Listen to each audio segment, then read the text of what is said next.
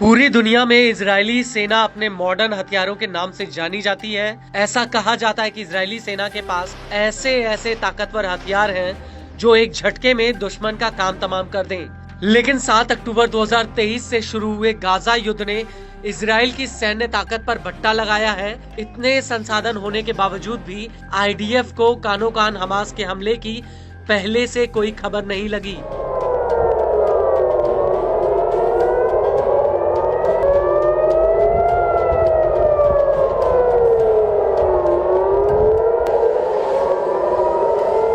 वहीं अब middle east में इजराइल से करीब 2000 किलोमीटर की दूरी पर बैठा हूती इजराइल के लिए एक बड़ी आफत बन गया है। वो इसलिए क्योंकि हूती के ड्रोन और मिसाइल हमलों के आगे इजरायली सेना के तमाम बड़े बड़े हथियारों की हवा निकल गई है। दरअसल आईडीएफ के पास एयर डिफेंस सिस्टम, आयरन डोम और एरोड एयर डिफेंस सिस्टम है, जिनको लेकर कहा जाता है कि आसमान में अगर परिंदा भी पर मारे तो इजराइल के इन एयर डिफेंस सिस्टम्स को पता चल जाता है। लेकिन हूती की मिसाइल और ड्रोन्स का इन एयर डिफेंस सिस्टम के पास कोई तोड़ नहीं है।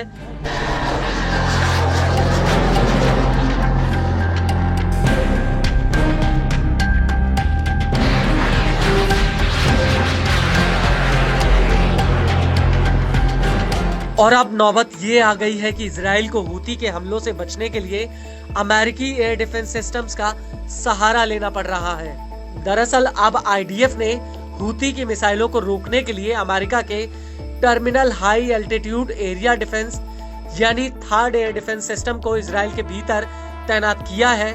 और 27 दिसंबर 2024 को पहली बार एक अमेरिकी सैनिक ने इससे इंटरसेप्टर मिसाइल फायर की। दरअसल यह मिसाइल हूती द्वारा फायर की गई एक मिसाइल को हवा में मार गिराने के लिए दागी गई थी।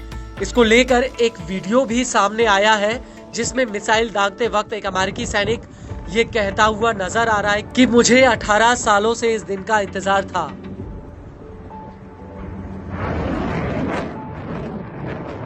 आपको बता दें कि हूती तेल अवीव पर लगातार बैलिस्टिक और हाइपरसोनिक मिसाइलों से हमला कर रहा है और इजराइल के एयर डिफेंस सिस्टम हूती को रोकने में पूरी तरह से नाकामयाब साबित हुए हैं। और अब यही वजह है कि नेतन्याहू को अमेरिकी एयर डिफेंस सिस्टम्स की आड़ लेनी पड़ रही है। आपको बता दें कि अक्टूबर 2024 की शुरुआत में अमेरिका ने ऐलान किया कि वो इजराइल की ईरान के हमलों से सुरक्षा के लिए इजराइल के भीतर अपना थर्ड एयर डिफेंस सिस्टम तैनात करेगा।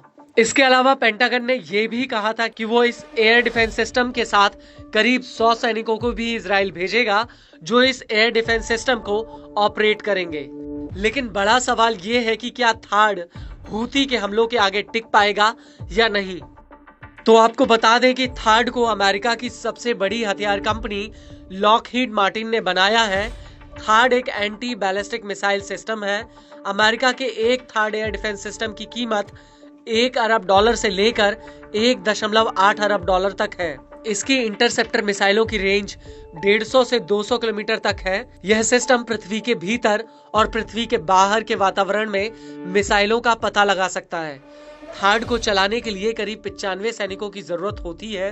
इसमें 6 ट्रकों पर लॉन्चर्स तैनात होते हैं जिनमें प्रत्येक लॉन्चर में 8 मिसाइलें होती हैं, यानी कुल 48 इंटरसेप्टर मिसाइलें। यह एयर डिफेंस सिस्टम कम दूरी, मध्यम दूरी और अंतर मध्यम दूरी की मिसाइलों को काफी ऊंचाई से मार गिराने में सक्षम है।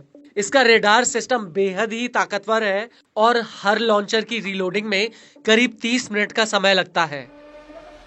Third air defence system America के कई प्रकार के एयर डिफेंस सिस्टम जैसे एजिस और पैट्रियट मिसाइल डिफेंस सिस्टम के साथ बातचीत कर सकता है। थर्ड विस्फोटक वाले हथियारों को नहीं ले जाता है, बल्कि यह काइनेटिक ऊर्जा के जरिए अपने टारगेट्स को हवा में ही ढेर कर देता है, जिसमें यह अपने सटीक रेडार सिस्टम की मदद लेता है। इसके बैटरी रेडार 2 तरह से काम करते हैं। पहले तो रेडार 3000 किलोमीटर की दूरी तक टारगेट को चिन्हित करते हैं।